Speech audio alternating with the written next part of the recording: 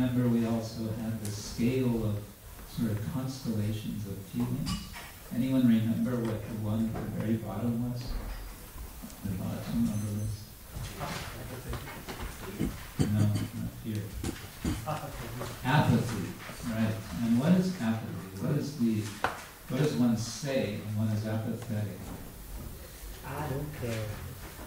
It can be like, I don't care, or can't be bothered, or Don't give a damn. It's the same whether I do it or I don't. it's the same whether I do it or I don't, or I can't do it. I can't do it. Yes. It's the mood of disempowerment. Above apathy, one notch above, what was there? Greed. What is Krishna telling Arjuna in the first section of chapter 2 of Bhagavad Gita?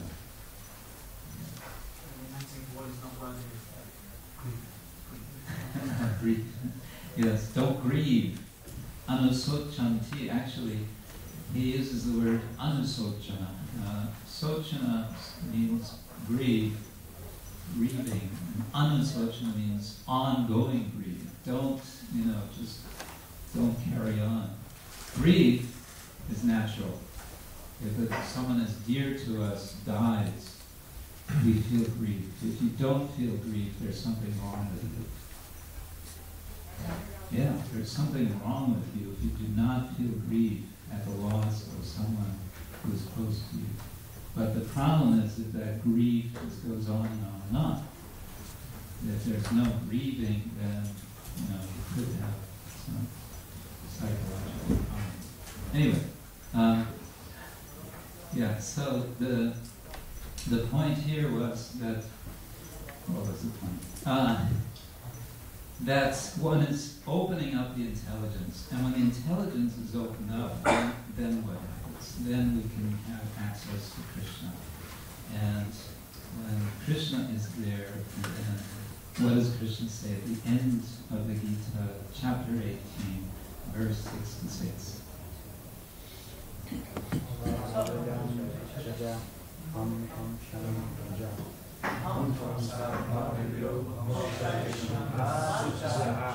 Masucha. Yes. Don't worry. He says, just surrender. Don't worry. But your question is still there. How to surrender? Right? I could surrender this way, I could surrender that way. Sometimes my experience, and I think,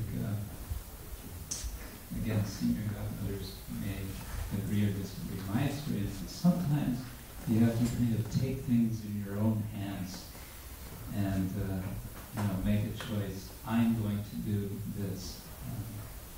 I won't spend time with how I've had that experience, but sometimes you just need to, again, to avoid this drifting, you have to decide. There is an exercise you can do, and we won't spend time with it here, but you can do an exercise called advantages and disadvantages. You can take a piece of paper, you can draw a line vertically down the middle, put advantages on one side, disadvantages on the other. The particular choice you're thinking of making, dare I say, the choice, the question might be, should I get married, should I not get married? So then, advantages. So you list an advantage. And then you go through this little exercise, sort of identifying the feeling you associate with that advantage. And then you ask yourself, could I let this go, this advantage? We haven't talked about this yet, but happiness and distress and happiness, it's about being equiposed in happiness and distress. The practice of could I let this go also applies for could I let go of this happiness. The result of being able to let go of happiness is not that you become miserable.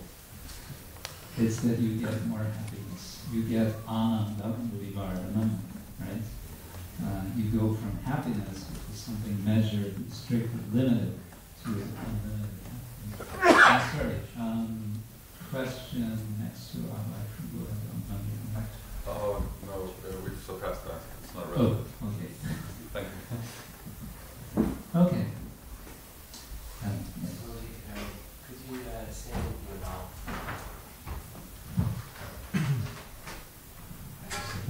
could you say anything about confidence, like the difference between confidence and faith, and also something about what you're saying, I'm going to do this versus surrender, you know, to just being told what to do.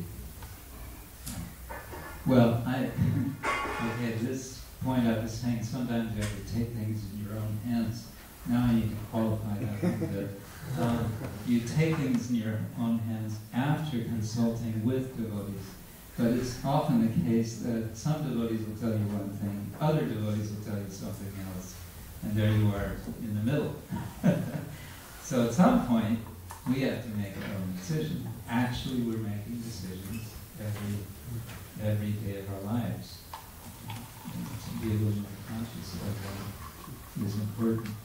And as far as confidence goes, I would say confidence comes when, it comes when you do something and it works out. So whenever something works, you feel, that works, then you can do it with a little more confidence and a little more.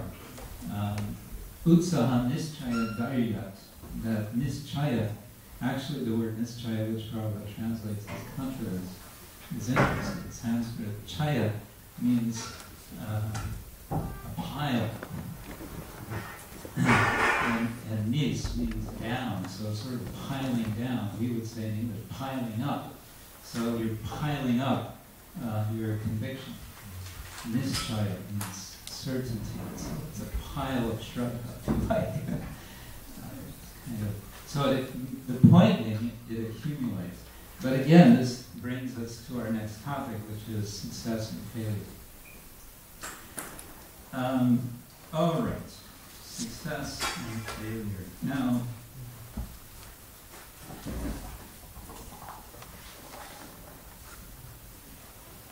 in general, in relation to Shraddha, Sadhusanga, Vajana Kriya, Anartha, Vritti, we could say this is connected to Vajana Kriya and Anartha Vritti. So in our practice of spiritual life, we want to be successful in becoming free from artha, from anarthas, so that we can positively engage in Krishna service, artha pravritti. We want to be successful, isn't it?